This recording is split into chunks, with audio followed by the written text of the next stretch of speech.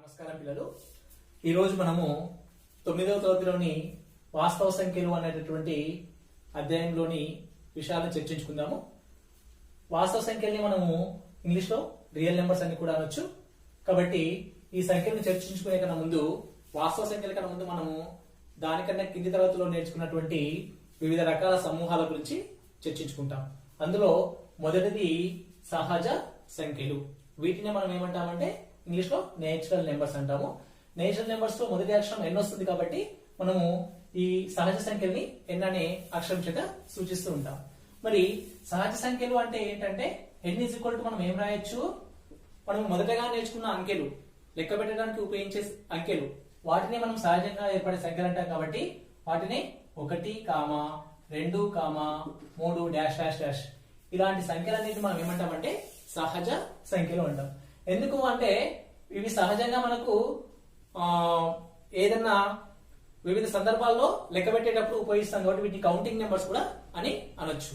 మరి సహజ సంఖ్యల్లో వీటి ధర్మం ఏంటంటే మొదటి సంఖ్య కంటే మిగతా సంఖ్యలు ఒక్కొక్క నెంబర్ పెరుగుకుంటూ పోతుంది. వీటిలో మనం గమనిస్తే సహజ సంఖ్యలో అతి చిన్న సంఖ్య సహజ సంఖ్య ఏమవుతుంది అంటే, ఒకసారి చూడండి ఏమవుతుంది. మొదటగా ఏముంది, 1 ఉంది కాబట్టి అతి చిన్న సంఖ్య మనకి ఏమవుతుందంటే 1. అదే విధంగా సహజ సంఖ్యలో అతిపెద్ద సంఖ్య చెప్పగలుగుతారా? సహజ సంఖ్యలో అతిపెద్ద సంఖ్య మనము ఇలా డాష్ డాష్ ఉందంటే అర్థం ఏంటి, ఇంకా ఎన్నెన్నా వస్తూ ఉంటాయని ఇంకా అర్థమవుతుంది. కాబట్టి సహజ సంఖ్యలో అతిపెద్ద సంఖ్య మనము చెప్పడానికి వీల్లేదు కాబట్టి చెప్పలేము. ఇప్పుడు రెండవ సంఖ్యా సమితి అయినటువంటి పూర్ణాంకాల గురించి చూద్దాం సార్. పూర్ణాంకాలని ఇంగ్లీష్ లో మనం ఏమంటాం, హోల్ నెంబర్స్ అంటాం. హోల్ నెంబర్స్ లో ఫస్ట్ అక్షరం ఏముంది, డబ్ల్యూ ఉంది కాబట్టి దాన్ని డబ్ల్యూ అనేటటువంటి అక్షరం చేత సూచిస్తాం. మరి పూర్ణాంకాలు అంటే ఏంటంటే, ఆల్రెడీ మనము సహజ సంఖ్యలు నేర్చుకున్నాము. సహజ సంఖ్యలు అన్నింటినీ ఎలా ఉన్నాయో రాద్దాం. First 1, 2, 3 dash dash dash. ఈ సహజ సంఖ్యలకి సున్నాని గనక కలిపితే ఈ వచ్చే మొత్తం సంఖ్యని మనం ఏమంటామంటే పూర్ణాంకాలు, హోల్ నెంబర్స్ అంటే మొత్తము సంఖ్యలు అంటాం. కాబట్టి పూర్ణాంకాలలో మనకు సహజ సంఖ్యల కంటే ఎక్స్ట్రా ఏముంటుంది, ఒక 0 ఉంటుంది. వీటన్నిటి మనము హోల్ నెంబర్స్ అంటాం. సో దీంట్లో కూడా మనము అతి చిన్న సంఖ్య కనుక చూస్తే పూర్ణాంకాల్లో అతి చిన్న సంఖ్య ఏమవుతుంది, ఇక్కడ 0 అవుతుంది. అదే విధంగా పూర్ణాంకాల్లోనే అతి పెద్ద సంఖ్య ఏమవుతుంది చెప్పండి చూద్దాం. సో దీంట్లో కూడా మనకి అనంతం వరకు సంఖ్యలు వస్తున్నాయి కాబట్టి పూర్ణాంకాల్లో అతి పెద్ద సంఖ్య కూడా చెప్పలేము. మూడవ సంఖ్య సమూహం అయినటువంటి పూర్ణ సంఖ్యలు. పూర్ణ సంఖ్యని మనం ఇంగ్లీష్ లో ఏమంటామంటే ఇంటీజర్స్ అంటాం. మరి ఇంటీజర్స్ అంటే 5 రావాలి కదా ఫస్ట్ అక్షరం, కానీ మనం ఏం చేసుకుంటామంటే జెడ్ అనే అక్షరం తీసుకుంటున్నాము. ఎందుకు జెడ్ తీసుకుంటున్నామంటే పూర్ణ సంఖ్యలని జర్మన్ భాషలో జహలెన్ నెంబర్స్ అంటే జహలెన్ అంటాం కాబట్టి అందులో జెడ్ అనే అక్షరం చేత మనము పూర్ణ సంఖ్యల్ని సూచిస్తాం. మరి పూర్ణ సంఖ్యలు మనకి ఎలా ఉంటాయో చూద్దాం ఒకసారి. పూర్ణ సంఖ్యలు అంటే ఇక్కడ ఉన్నటువంటి పూర్ణాంకాలు మొత్తం తీసుకుందాం ఒకసారి. 0, 1, 2, 3 డాష్ డాష్ డాష్. వాటితో పాటు రుణ సంఖ్యలు -1, -2, -3 డాష్ డాష్ డాష్. ఎడమ వైపు కూడా మనం డాష్ డాష్ పెట్టాము. అంటే పూర్ణ సంఖ్యలు అంటే ఏంటంటే 0 నుంచి కుడివైపు ధన సంఖ్యలన్నీ కూడా, ఎడమ వైపు రుణ సంఖ్యలన్నీ, వీటన్నిటి కలిపి మనం ఏమంటామంటే పూర్ణ సంఖ్యలు అంటాం. మరి పూర్ణ సంఖ్యల్ని మనము గమనిస్తే పూర్ణ సంఖ్యల లోపల అతి చిన్న సంఖ్య ఎవరన్నా చెప్పగలుగుతారా? చూడండి ఒకసారి. పూర్ణ సంఖ్యలో చిన్న సంఖ్య చెప్పడానికి అవకాశం ఉందా? అనంతం వరకు ఎడమ వైపు వస్తుంది కాబట్టి పూర్ణ సంఖ్యలు కూడా చిన్న సంఖ్య చెప్పలేము. అదే విధంగా పూర్ణ సంఖ్యలో పెద్ద సంఖ్యను కూడా చెప్పలేము. ఇక్కడ మనము పూర్ణ సంఖ్యలో ఒక విషయాన్ని గమనించవచ్చు. ఇక్కడ పూర్ణ సంఖ్యలో 0 కంటే కుడివైపు ఉన్నాయి మొత్తం ధన సంఖ్యలు కాబట్టి వీటిని మనము ధన పూర్ణ సంఖ్యలు అని కూడా అనొచ్చు, జెడ్ ప్లస్. ఎడమ వైపు ఉన్నటువంటి వాటిని రుణ పూర్ణ సంఖ్యలు అంటాం కాబట్టి ఇది జెడ్ మైనస్. మధ్యలో ఉన్నటువంటి 0 మాత్రం దీన్ని ఏమంటామంటే ఎలాంటి రుణ గాని ధన గాని ధర్మం కలిగి ఉండదు. 0కి కుడివైపు ధన పూర్ణ సంఖ్యలు, ఎడమ వైపు రుణ పూర్ణ సంఖ్యలు, ఇవన్నీ కూడా మనకు పూర్ణ సంఖ్యలు. 4వ సంఖ్యా సమూహం మనం 8వ తరగతిలో చాలా క్లుప్తంగా వివరంగా నేర్చుకున్నటువంటి సంఖ్యా సమూహము అకరణీయ సంఖ్యా సమూహం. సో అకరణీయ సంఖ్యలు మనం ఏమంటామంటే రేషనల్ నెంబర్స్ అని కూడా అంటాం. వీటిని మనము క్యూ అనే అక్షరం చేత సూచిస్తాం. క్యూ అనే అక్షరం చేత ఎందుకు సూచిస్తామో మనము కొద్ది పార్ట్ నేర్చుకున్న తర్వాత ఆటోమేటిక్ గా మీకే అర్థమవుతుంది. మరి అకరణీయ సంఖ్యలు ఏ రూపంలో ఉంటాయో ఒకసారి చూద్దాం. ఇంతకుముందే మనం నేర్చుకున్నటువంటి సహజ సంఖ్యలు, పూర్ణాంకాలు, పూర్ణ సంఖ్యల గురించి తెలుసుకున్నాం. మనం అన్ని రకాల సంఖ్యలు అందులో చూసినాయి. మరి ఇప్పుడు అకర్ణీయ సంఖ్యలు ఎలాంటి సంఖ్యలు ఉంటాయంటే ఇక్కడ మనకు భిన్న రూపంలో ఉంటాయి, p బై q రూపంలో ఉంటాయి. మరి p కామా q ఎలాంటి సంఖ్యలు తీసుకుంటాం మనం అంటే p comma q belongs to z. అంటే ఏంటి, రెండు కూడా పూర్ణ సంఖ్యలు. కానీ చిన్న కండిషన్ వెరీ ఇంపార్టెంట్ ఏంటంటే q is not equal to 0. దీని అర్థం ఏంటి, హారం అనేది ఎప్పుడు 0 అనేది కావద్దు. p కామా q పూర్ణ సంఖ్యలు తీసుకొని q అనేది 0 కానటువంటి పూర్ణ సంఖ్య తీసుకోవాలి. ఉదాహరణ తీసుకుంటే మనము అకర్ణీయ సంఖ్యలకు ఉదాహరణ తీసుకుంటే మనం చూడండి, p దగ్గర q దగ్గర మీరు ఇష్టమైన నెంబర్స్ తీసుకోండి, ఏవైనా పర్లేదు. p దగ్గర మనం కొన్ని విలువలు తీసుకుందాం. ఇక్కడ 3 తీసుకుంటున్నాను, 12 తీసుకుంటున్నాను, 6, 0, -5 ఎగ్జాంపుల్. q దగ్గర కూడా ఇష్టమైన నెంబర్స్ తీసుకోండి. ఇక్కడ ఫర్ ఎగ్జాంపుల్ 2 తీసుకుందాం, ఇక్కడ -7 తీసుకుందాం, 6 ఇక్కడ 6 తీసుకున్నాం కాబట్టి ఇక్కడ ఏదైనా 5 తీసుకుందాం, 8 ఇంకేదైనా 3 తీసుకుందాం. సో మీరు కావస్తే p బై q రూపంలో ఉన్నాం కాబట్టి మనం ఈ యొక్క భిన్నం ఏర్పాటు చేయొచ్చు. p by q 3/2, 12 by -7, 6 by 5, 0 by 8, -5 by 3. ఇవన్నీ కూడా మనకి భిన్న రూపంలో ఉన్నాయి. ఈ భిన్న రూపంలో ఉన్నటువంటి ఈ సంఖ్యలు మనం ఏమంటామంటే అకర్ణీయ సంఖ్యలు. ఇక్కడ మీరు గమనించండి, p యొక్క విలువల్లో 0 ఉంది, కానీ q విలువలో మనం ఎలాంటి 0 తీసుకోలేము. q is not equal to 0. కాబట్టి ఇక్కడ మనకి ఈ విలువ తీసుకుంటే 0/8 యొక్క విలువ మనము గమనిస్తే దీని ఆన్సర్ 0 అవుతుంది. ఒకవేళ హారం లోపల 0 తీసుకున్నాం అనుకోండి, దీన్ని ఏమంటామంటే నిర్వచింపబడదు అంటాం. దీని విలువ మనకి చెప్పడానికి అవకాశం రాదు, అంటే 8ని 0 చేత భాగించడానికి అవకాశం లేదు. అదే విధంగా మీరు ఇంకొక భిన్నం తీసుకుందాం. ఉదాహరణకి 16/8 తీసుకుందాం. ఇంకొకటి ఎగ్జాంపుల్, 16/8 అంటే 16/8 అంటే ఏంటి, 16ని 8 చేత భాగాహారం చేయాలి. ఒకసారి చూద్దాం. 8 అంటే ఎంత, 16, శేషం 0. అంటే దీని విలువ ఎంత వచ్చింది మనకి, దీన్ని ఏమంటాం భాగఫలము అంటాం తెలుగులో. దీన్ని ఇంగ్లీష్ లో ఏమంటామంటే కోషెంట్. ఏమంటాము, కోషెంట్ అంటాం. కోషెంట్ అంటాం కాబట్టి మొదటి అక్షరం ఇక్కడ ఏమొచ్చింది మనకు, q వచ్చింది. అంటే 16/8 మనము దాని యొక్క విలువ 2 వచ్చింది కాబట్టి 16/8 2 రాస్తున్నాం కాబట్టి దీని విలువ 2 కాబట్టి ఇది కోషెంట్ కాబట్టి దీన్ని కూడా మనం కోషెంట్ అనొచ్చు. అందుకనే మొదటి ఈ మొత్తం భిన్నాలను మనము అకర్ణీయ సంఖ్యలు అంటున్నాం కాబట్టి వాటిని q చేత సూచించవచ్చు. అందుకని q అనే అక్షరం చేత సూచిస్తున్నాం. అదే విధంగా మరొక భిన్నం తీసుకుందాం. 3/2 ఉంది. 3/2 అంటే ఏంటి, 3ని 2 చేత మనము భాగాహారం చేయాలి. 2 1 2, శేషం 1. మనం ఇక్కడ పాయింట్ రాసుకొని మనం ఇక్కడ 0 రాసుకోవచ్చు. 2 5 ఎంత, 10, శేషం 0. అంటే 3/2 యొక్క విలువ మనకి ఎంత వచ్చింది చూడండి, 1.5. 1.5. ఇంకొకటి తీసుకుందాం ఏదైనా ఒకటి. ఉదాహరణకి నేను ఇక్కడ -5/3 తీసుకుంటున్నాను. -5/3 అంటే ఏంటి, 5ని ఇక్కడ మైనస్ ఉన్నప్పటికీ కూడా 5ని భాగిద్దాం ఫస్ట్, వచ్చిన దానికి ఆన్సర్ మనము మైనస్ పెట్టేయచ్చు. 3 1 3, 2 శేషం మిగులుతుంది. మళ్ళీ పాయింట్ రాసుకుంటే 0, 3 6 18, మళ్ళీ 2 మిగిలింది, ఒక 0 రాసుకోవచ్చు. 3 6 18, మళ్ళీ ఇక్కడ 2. మీరు ఇంకా చేసుకుంటే వెళ్ళండి, సేమ్ మళ్ళీ ఇంకా 6 6 వస్తూనే ఉంటుంది. అంటే దీని విలువ మనకి ఏమైంది చూడండి, -5/3 యొక్క విలువ మనకి ఏమవుతుందంటే 1.666. ఇక్కడ మైనస్ ఉంది కాబట్టి మైనస్ పెట్టేసేయండి, డాష్ డాష్ డాష్. దీన్ని మనం ఏం రాయొచ్చు అంటే -1.6 మళ్ళీ మళ్ళీ వస్తుంది. మళ్ళీ రిపీట్ అయ్యేదాన్ని ఏమంటామంటే పునరావృతం కావడము, ఆవర్తనం చెందడం అంటాం. కాబట్టి ఈ 6 మళ్ళీ వచ్చేటప్పుడు మొదటి 6 పైన ఒక చిన్న గీత గీస్తే దాన్ని మనం బార్ అంటాము. అంటే ఆ బార్ పెట్టేసరికి ఇవన్నీ కూడా మళ్ళీ రాయాల్సిన అవసరం లేదు. దీన్ని ఆవర్తితం చెందేటటువంటి దశాంశ సంఖ్యలు అంటాం. ఇప్పుడు మన టెక్స్ట్ బుక్ లో ఉన్నటువంటి మొదటి పేజీ చూడండి, పరిచయం అని ఉంది. సో అక్కడ ఇంత ముందు తరగతుల్లో నేను నేర్చుకున్నటువంటి సంఖ్యల గురించి మరొకసారి మనం డిస్కస్ చేశాం. సో అందులో మీకు ఏమి ఇచ్చారంటే కొన్ని సంఖ్యలు ఇచ్చారు. అక్కడ ఆ సంఖ్యలు దాని కింద కొన్ని సంచులు లాంటివి ఇచ్చాడు. సహజ సంఖ్యలు, పూర్ణాంకాలు, పూర్ణ సంఖ్యలు మరియు అకర్ణీయ సంఖ్యలు అని ఇచ్చారు. అందులో కొన్ని ఆల్రెడీ వాళ్ళే ఫిలప్ చేశారు. ఇంకా పైన ఉన్న సంఖ్యల నుంచి ఇంకా ఏ సంచిలో అంటే ఏ సమూహం లోపల మిగతా నెంబర్లు వస్తాయో అవి మీ పెన్సిల్ తో తీసుకొని అది ఫిలప్ చేసేసేయండి. ఇప్పుడు అదే విధంగా మనం నేర్చుకున్నటువంటి ఇంతకుముందు నేర్చుకున్నటువంటి ఈ సంఖ్యా సమూహాల పైన మనం కొన్ని ప్రశ్నలు కనుక సమాధానాలు చేయాలనుకుంటే ఒకసారి మీ బుక్ లోపల 3వ పేజీలో ఒకసారి ఓపెన్ చేయండి. ఒక ఉదాహరణ లెక్క ఉంది. ఆ ఉదాహరణ లెక్క లోపల మీకు 3వ పేజీలో కొన్ని ఉదాహరణలు చూడండి. 3 ఉదాహరణలు ఇచ్చారు మీకు. ప్రతి అకర్ణీయ సంఖ్య పూర్ణ సంఖ్య అవుతుందా అని, ప్రతి పూర్ణ సంఖ్య అకర్ణీయ సంఖ్య అవుతుందా అని, అదేవిధంగా 0 అనేది అకర్ణీయ సంఖ్య అవుతుందా అనేటటువంటి 3 ఉదాహరణలు ఇక్కడ ఇచ్చారు. అక్కడ మీకు సమాధానాలు కూడా చేయబడి ఉన్నాయి కాబట్టి వాటిని ఒకసారి చూసుకోండి. ఇప్పుడు మనము సేమ్ వీటిపైనే ఉన్నటువంటి సమస్యలని ఒకసారి అభ్యాసంలో చూద్దాము. అభ్యాసము 1.1 లోపల మనము 1వ బిట్ లో ఉన్నటువంటి లెక్కలు కనుక చూస్తే 1వ బిట్ లో ఏ అనే ప్రశ్న చూడండి ఒకసారి ఏముందో. మొదటిది ఏ అనే ఫస్ట్ ప్రశ్న ఏముంది, ఏవైనా 3 అకర్ణీయ సంఖ్యలు రాయండి అనేది. అంటే మీకు ఆల్రెడీ అకర్ణీయ సంఖ్యలను ఎన్ని రూపాల్లో ఉంటాయో నేర్చుకున్నాను నేను ఆల్రెడీ. కాబట్టి మీకు తెలిసినటువంటి మొదటి దానికి ఆన్సర్ ఏం రాయొచ్చు, ఏవైనా 3 అకర్ణీయ సంఖ్యలు అంటే మీరు ఏం రాయొచ్చు, ఒకటి మామూలు పూర్ణ సంఖ్య లాగా, ఇంకొకటి భిన్న రూపంలోనే రాయొచ్చు, ఇంకొకటి దశాంశ రూపంలో రాయొచ్చు. ఉదాహరణకి మామూలు సంఖ్య అంటే ఉదాహరణకి 6 తీసుకుందాం, ఒక అకర్ణీయ సంఖ్య.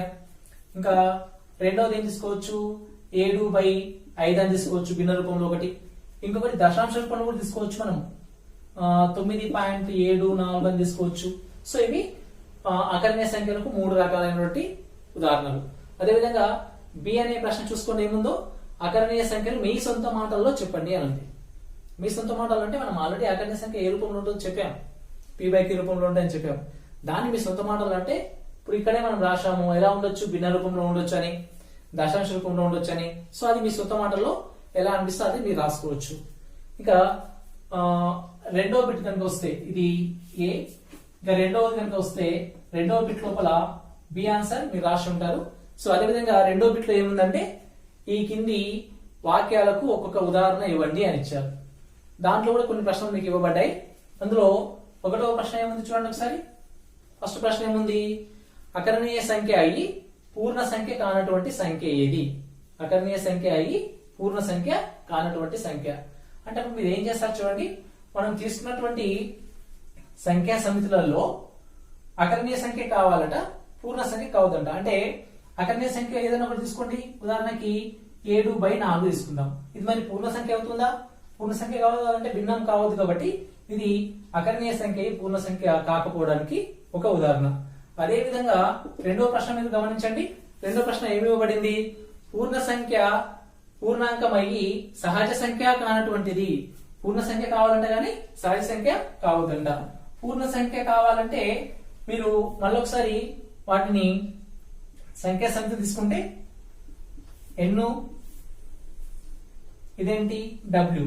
సహజ సంఖ్యల కంటే పూర్ణాంకాలు ఎక్స్ట్రా ఏముంటుంది, 0. కాబట్టి పూర్ణాంకం కావాలంటే పూర్ణాంకంలో 0 ఉంది, కానీ సహజ సంఖ్య కాదు. కాబట్టి దీనికి సరైన సమాధానం ఏమవుతుంది మనకి 0. సో అదే విధంగా మూడో ప్రశ్న చూడండి ఏముంది, పూర్ణ సంఖ్య కావాలి పూర్ణాంకం కావద్దంట. ఇదే సంఖ్యా సమితిని మనం ఇంకా పొడిగించామనుకోండి. సో పూర్ణ సంఖ్య అంటే ఏంటి, మైనస్ నెంబర్స్, రుణ సంఖ్యలు కాబట్టి -1, -2, -3 డాష్ డాష్. ప్రశ్న ఏమన్నా చూడండి, పూర్ణ సంఖ్య కావాలట పూర్ణాంకం కావద్దంట. పూర్ణ సంఖ్యలు ఏమిటో చూడండి, ఇవన్నీ పూర్ణ సంఖ్యలే, కానీ పూర్ణాంకం కాకుండా పూర్ణ సంఖ్యలు ఏమున్నాయి, మైనస్ సంఖ్యలు ఉన్నాయి. ఇందులో నుంచి మైనస్ నుంచి ఏదన్నా సంఖ్య తీసుకోండి, మిశ్రమ నుంచి తీసుకుంటే ఏదన్నా ఏ సంఖ్య తీసుకున్నా పర్లేదు. ఉదాహరణకి -7 తీసుకున్నాను, -7 అనేది దీంట్లో ఉంటుంది కానీ దీంట్లో ఉండదు. అంటే ఇదేంటి, పూర్ణ సంఖ్య ఏదది కానీ పూర్ణాంకము కాదు. అదే విధంగా మనకి ఇక 4వ ప్రశ్న ఒకసారి చూడండి ఏమి ఇచ్చాడు, సహజ సంఖ్య, పూర్ణాంకము, పూర్ణ సంఖ్య మరియు ఆకరణీయ సంఖ్య అయ్యేటటువంటి సంఖ్య. అంటే ఏమేం కావాలంటున్నాడు, సహజ సంఖ్య కావాలంట, పూర్ణాంకం కావాలట, పూర్ణ సంఖ్య కావాలట, అదే విధంగా అకరణీయ సంఖ్య కూడా కావాలట. అకరణీయ సంఖ్య అంటే ఏంటి, మనకు భిన్నాలు అంటే Q. మరి ఇవన్నీ కావాలంటే సహజ సంఖ్య, పూర్ణాంకము, పూర్ణ సంఖ్య, అకరణీయ సంఖ్య అన్ని అయ్యే సంఖ్యలు అంటే ఉదాహరణకి మనం భిన్నాల్లో తీసుకున్నాం అనుకుందాం. భిన్నాల్లో 2/3 తీసుకున్నాం. ఇది పూర్ణ సంఖ్య అవుతుందా, కాదు. కాబట్టి భిన్నం తీసుకోవద్దు. ఒకవేళ మనము పూర్ణ సంఖ్యలో తీసుకుందాం, -3 తీసుకుందాం. అది తీసుకుంటే భిన్న అకరణీయ సంఖ్యలో ఉంటుంది కానీ పూర్ణాంకాల్లో ఉంటుందా, ఉండదు. కాబట్టి -4 తీసుకోవద్దు. ఒకవేళ 0 తీసుకున్నాం, 0 తీసుకుంటే పూర్ణాంకం అవుతుంది, పూర్ణ సంఖ్య అవుతుంది, అకరణీయ సంఖ్య అవుతుంది. మరి సహజ సంఖ్య అవుతుందా, కాదు. కాబట్టి చివరగా సహజ సంఖ్యలోని ఏదన్నా ఒక సంఖ్య మేము నిష్క్రమించి తీసుకుందాం. 3 తీసుకున్నాం అనుకుందాం. 3 తీసుకుంటే అది పూర్ణాంకం అవుతుంది, పూర్ణ సంఖ్య అవుతుంది, అదే విధంగా అకరణీయ సంఖ్య కూడా అవుతుంది. అంటే దీనికి సరైన సమాధానం ఏంటంటే ఏదైనా ఏదైనా సహజ సంఖ్య, ఏదైనా సహజ సంఖ్య అనేది మన ఆన్సర్ అవుతుంది. దీనికి సరైన ఆన్సర్. ఇంకా చివరగా ఐదవది ప్రశ్న చూడండి. ఐదవది ఏంటంటే పూర్ణ సంఖ్య సహజ సంఖ్య కాని సంఖ్య. పూర్ణ సంఖ్య కావాలట, సహజ సంఖ్య కాకూడదు. పూర్ణ సంఖ్య అయ్యి సహజ సంఖ్య కానిది. పూర్ణ సంఖ్యలో ఉండాలి, సహజ సంఖ్య కావద్దు అంట. అంటే సహజ సంఖ్య కాకుండా పూర్ణ సంఖ్య లోపల ఏదైనా ఒక మైనస్ నెంబర్ తీసుకోండి. సున్నా కూడా తీసుకోవచ్చు మనం. సున్నా అన్న కావచ్చు, మైనస్ సంఖ్యలు. దానికి సరైన సున్నా లేదా ఏదైనా రుణ సంఖ్య. రుణ సంఖ్య దీనికి ఆన్సర్. మనం ఇప్పుడు 1.1 అభ్యాసంలో 1వ బిట్ 2వ బిట్ లో ఉన్నటువంటి సమస్యలకి సమాధానాలు చేశాము. ఇప్పుడు మరికొన్ని అకర్ణీయ సంఖ్యల యొక్క ధర్మాలు చూద్దాం. దానికోసం ఫస్ట్ మనం ఏం చేద్దామంటే ఏవైనా రెండు పూర్ణ సంఖ్యలు తీసుకుందాం. ఉదాహరణకి నేను 3,8 తీసుకుంటున్నాను. 3 అనేది ఒక పూర్ణ సంఖ్య, 8 అనేది మరొక పూర్ణ సంఖ్య. మరి 3కు 8కి మధ్యలో ఏమైనా పూర్ణ సంఖ్యలు ఉంటాయా? ఒకసారి ఆలోచించండి. సో రైట్, ఏంటి 4, 5, 6, 7. సో 4, 5, 6, 7 అనేటువంటి పూర్ణ సంఖ్యలు వీటి మధ్యలో ఉంటాయి.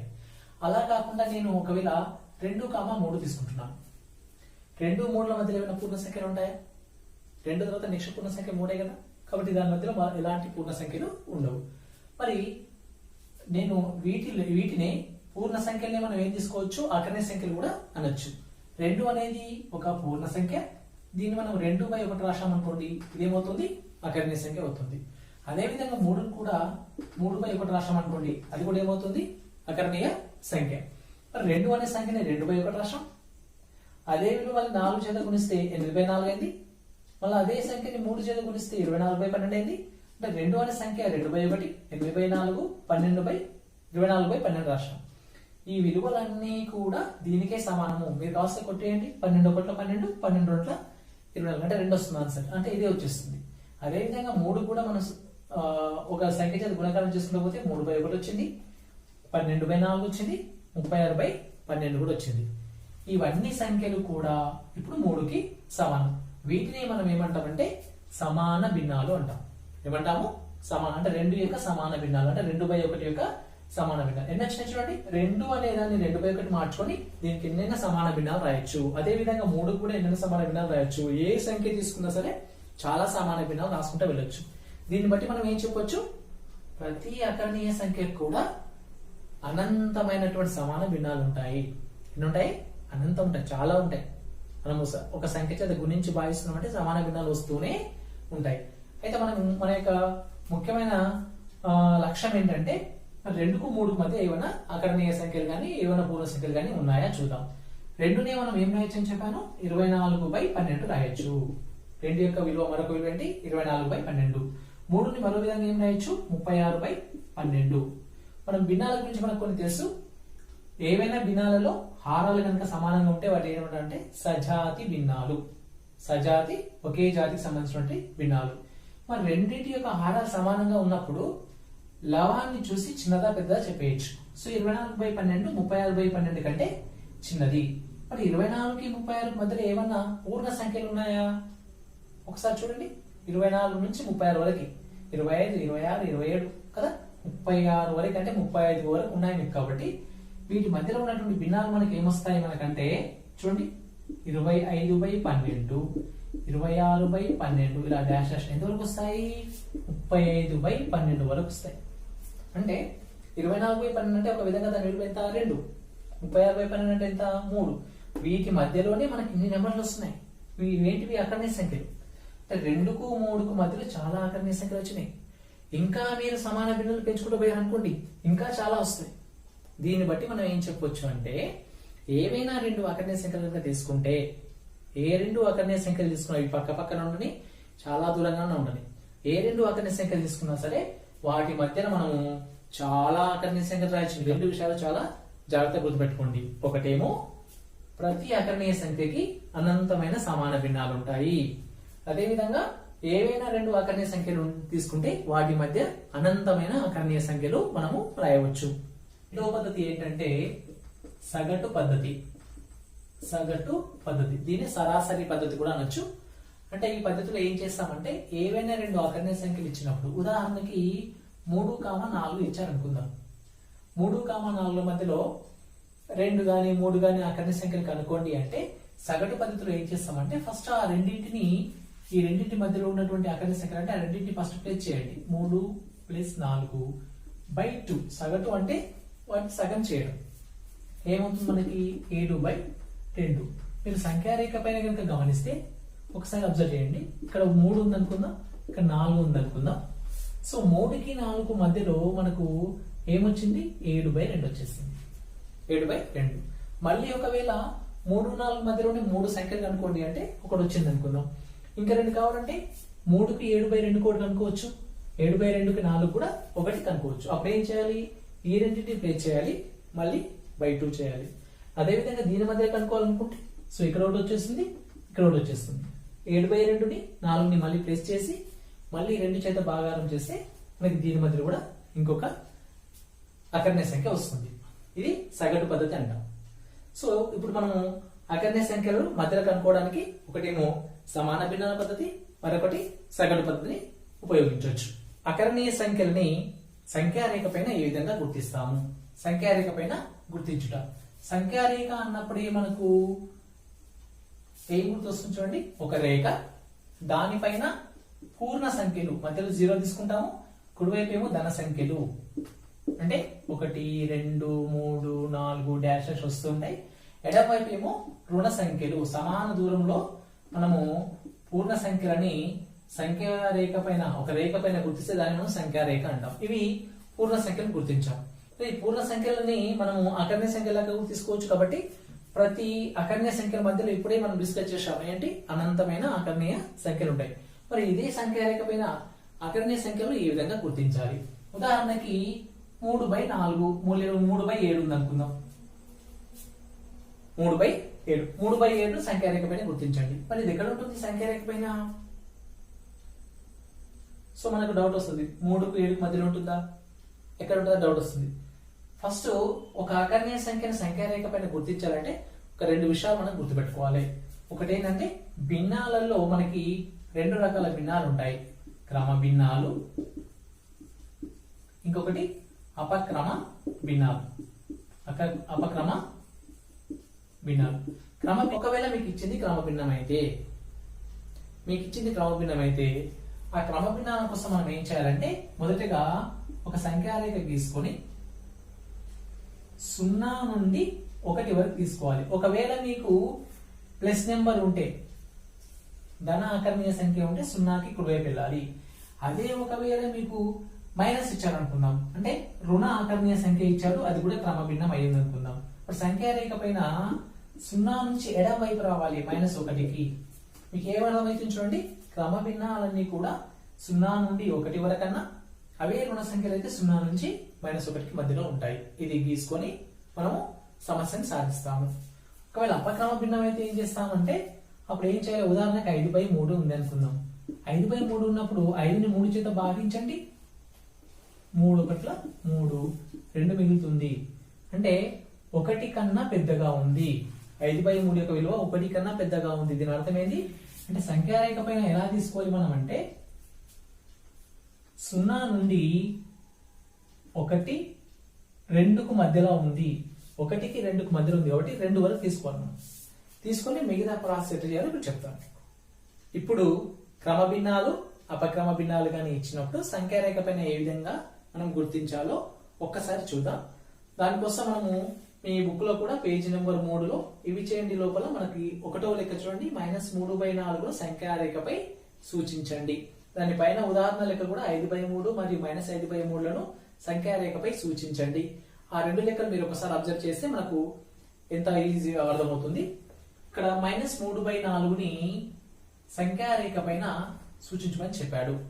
మరి -3/4 అనేది ఫస్ట్ క్రమ భిన్నమా అపక్రమ భిన్నమా మనం ఆలోచించాలి. మైనస్ మీరు పరిగణలోకి తీసుకోకండి. 3/4, 3 అనేది చిన్నది, 4 అనేది పెద్దది. క్రమ భిన్నం కాబట్టి మీకు వెంబడే ఆలోచన ఏం రావాలి, దీని యొక్క విలువ ఖచ్చితంగా 0కి 1కి మధ్యలో ఉంటుంది. మైనస్ ఉంది కాబట్టి 0కి -1కి మధ్యలో ఉంటుంది. 0కి -1కి మధ్యలో ఉంటుంది. కాబట్టి ఇప్పుడు చూడండి, ఫస్ట్ మనం ఏం చేసాం, అది క్రమభిన్నమని గుర్తించిన తర్వాత 0కి -1 మధ్యలోనే ఉంటుందని మనం సంఖ్యారేఖ పైన సూచించాం. ఇప్పుడు ఏం చేయాలంటే హారంలో ఉన్న సంఖ్య ఎంత చూడండి, 4. సో ఈ 4 భాగాలు వీటి మధ్యలో సమానంగా చేసుకోవాలి. 4 భాగాలు అంటే చూడండి, ఉదాహరణకి ఒక తాడు ఉంది అనుకుందాం. ఈ తాడుని 2 సమాన భాగాలు చేయాలంటే ఏం చేస్తాము, మధ్యలో కట్ చేస్తాం. అదే తాడుని 3 సమాన భాగాలు చేయాలంటే 2 ప్లేస్లో కట్ చేస్తాం. అంటే చూడండి, ఒక్క భాగంలో కట్ చేస్తే 2 సమానంగానే, 2 భాగాలు కట్ చేస్తే 3 సమాన భాగాలని. అంటే మనకి ఎన్ని భాగాలు కావాలో దానికంటే ఒకటి తక్కువ కట్ చేయాలి. ఇక్కడ 4 భాగాలు ఉంటున్నాం కాబట్టి సమానంగా 3 భాగాల్లో కట్ చేద్దాం. ఒకసారి చూడండి, 3 భాగాలు కట్ చేసాం, 4 సమాన భాగాలు అయినాయి. ఇప్పుడు ఏం చేయాలంటే ఇక్కడ నుంచి మీరు నెంబరింగ్ తీసుకోండి, 1 2 3.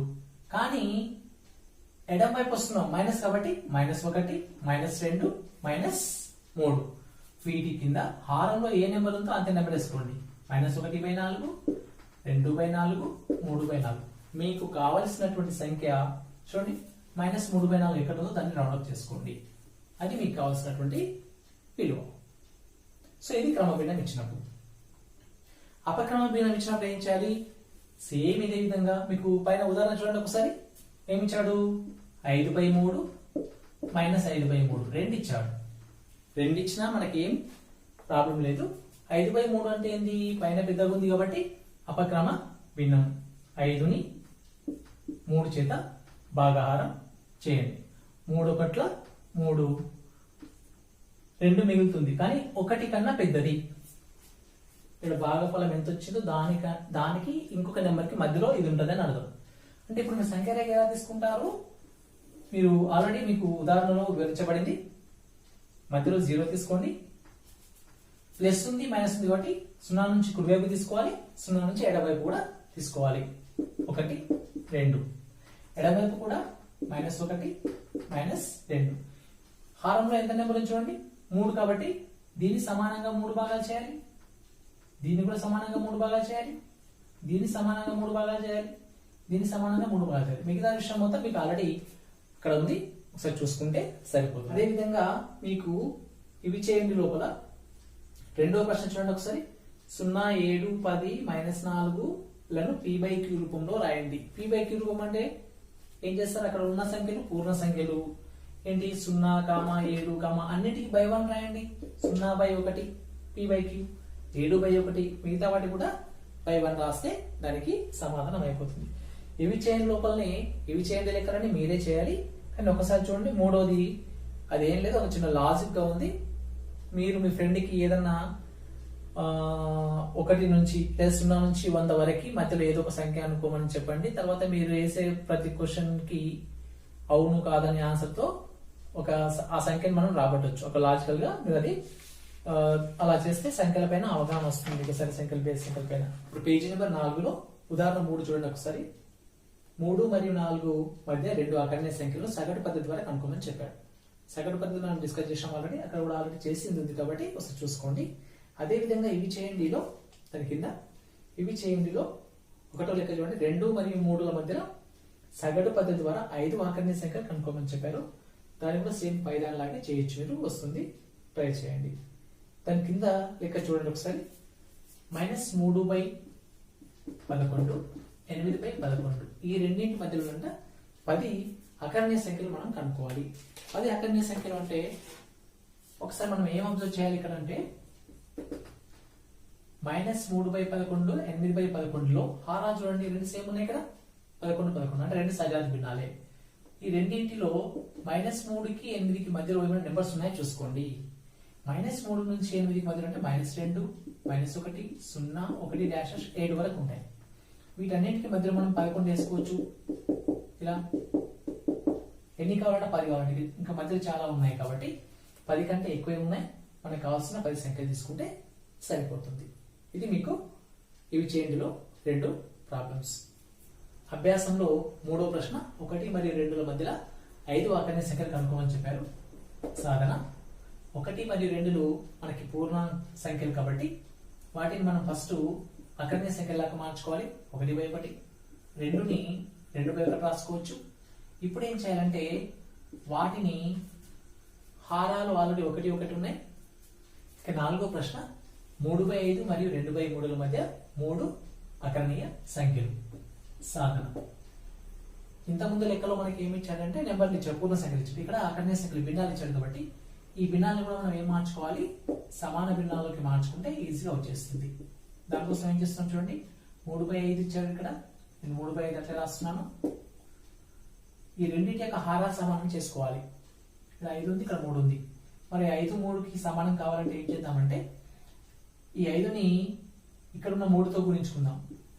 3/3. ఇక్కడ ఉన్నటువంటి ఈ 3ని 5తో గుణించుకుంటే 5/5. ఇప్పుడు గుణించండి ఒకసారి. 3 3 9, 5 3 15. అదేవిధంగా ఇక్కడ 2 5 10, 3 5 15. అబ్జర్వ్ చేయండి, ఇప్పుడు రెండింటి యొక్క హారాలు సేమ్ అయినాయి, అంటే సజాతి భిన్నాలు అయిపోయినాయి 2. సో మనం ఇప్పుడు పైన ఉన్న నెంబర్ల మధ్య ఎన్ని పూర్ణ సంఖ్యలో చూసుకోవచ్చు. 9కి 10కి మధ్య నెంబర్లు ఉన్నాయా? లేవు. మరి ఏం చేద్దామంటే దీన్ని మరొక సంఖ్య చేత సేమ్ ఇక్కడ ఏ నెంబర్ తీసుకుంటే అదే నెంబర్ తీసుకుందాం. మరి 2 తీసుకుంటే 9 2 18, 2 10 20. 18 20కి ఒకటే నెంబర్ ఉంది, మనకు 3 కావాలి కాబట్టి 2 కాకుండా కొంచెం పెద్దది నేను 4 తీసుకుంటున్నాను. మీరు ఇక్కడ కూడా 4 తీసుకోండి. 9 36 బై 15 60, 10 40, 15 60. ఇప్పుడు గమనించండి, ఇక్కడ 36కి 40కి మధ్యలో 37 38 39 3 నెంబర్లు ఉన్నాయి, మనకు కావాల్సినవి ఉన్నాయి. కాబట్టి ఇప్పుడు మనం ఏం రాయొచ్చు అంటే therefore 3/5, 2/3ల మధ్య గల 3 అకరణీయ సంఖ్యలు ఈజ్ ఈక్వల్ టు ఏం రాయొచ్చు, 36 తర్వాత నెక్స్ట్ ఏంది 37/60, 38/60, 39/60. ఇది ఆన్సర్. ఇక 5వ ప్రశ్న 8/5 మరియు -8/5లను సంఖ్యా రేఖ పైన సూచించండి అన్నాడు. మరి మనం ఎలా చేస్తాం చూడండి ఒకసారి. 8/5 -8/5 మొదటగా ఏం చేయాలంటే ఇవి క్రమ భిన్నాలా అపక్రమ భిన్నాలా? 8/5 తీసుకుందాం. ఒకటి మనం ఏదైనా ఒకటి తీసుకుందాం, సేమ్ ఉన్నాయి కాబట్టి ఏదైనా ఒకటి తీసుకుందాం. 8/5 అంటే నేను ఇప్పుడు ఏం చేస్తున్నానంటే 8ని 5 చేత భాగాహారం చేస్తున్నాను. సో 5 1 5, మనకు శేషం ఎంత వస్తుంది, 3 వస్తుంది. చూడండి, అబ్జర్వ్ చేయండి, ఇక్కడ ఇది ఎలా ఉంది అంటే 1 ఆన్సర్ వచ్చింది కాబట్టి 1 కన్నా పెద్దగా ఉంటుంది, అంటే 1కి 2కు మధ్యలో ఉండొచ్చు. ఏం రాస్తున్నాను అంటే 8/5 అనేది 1, 2ల మధ్యలో ఉంటుంది. ఇది కూడా సేమ్ అదే ఉంది, మైనస్ ఉంది అంతే. అంటే -8/5 అనేది కూడా 1, 2, కానీ ఇక్కడ మైనస్ ఉంది కాబట్టి -1 -2 లా మధ్యలో ఉంటుంది. దీన్ని బట్టి మనం ఏం అర్థం చేసుకోవచ్చు చూడండి, సంఖ్యారేఖ పైన మొత్తం కూడా మనం ఏం తీసుకోవాలి, -2 నుంచి +2 వరకు తీసుకోవాలి. అంటే సంఖ్యారేఖ కనుక తీసుకుంటే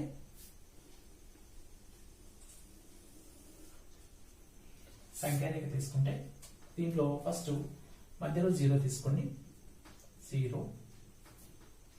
కుడివైపు 2 వరకు తీసుకోవాలి, 1 ఇక్కడ 2, నేను పైకి తీసుకుంటున్నాను, 2 1 2. ఎడమవైపు కూడా 1 2, -1 -2. ఇప్పుడు ఏం చేయాలంటే భిన్నంలో ఉన్నటువంటి హారం ఎంత 5 ఉంది, ప్రతి భాగాన్ని కూడా 5 సమాన భాగాలు చేసుకోవాలి. ప్రతి భాగాన్ని 5 సమాన భాగాలు. సో దీన్ని 5 సమాన అంటే 4 సార్లు కట్ చేయాలి. 1 2 1 2 3 4. ఇక్కడ కూడా 1 2 3 4. ఎడమవైపు కూడా 1 2 3 4. 1 2 3 4. వీటికి నెంబర్స్ వేసుకోండి. 1 2 3 4 5 6 7 8 9 10. ఎడమవైపు కూడా -1 -2 -3 -4 -5 -6 -7 -8 -9 -10. హారాల్లో 5 ఉంది కాబట్టి ప్రతి దాన్ని కూడా బై 5 వేసుకోండి. బై 5.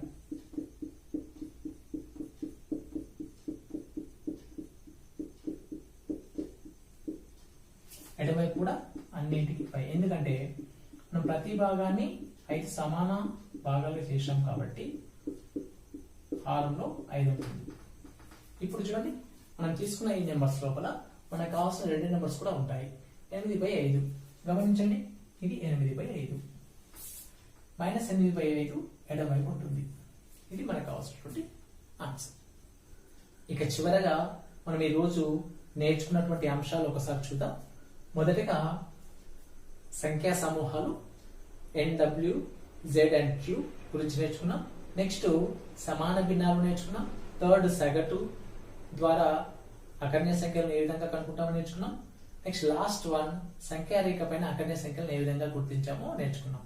ఇవన్నీ విషయాలు మీరు ప్రాక్టీస్ చేస్తే చాలా ఈజీగా మీకు అర్థమవుతాయి. ఇక మిగతా విషయాలు నెక్స్ట్ సెషన్ లో తెలుసుకుందాం.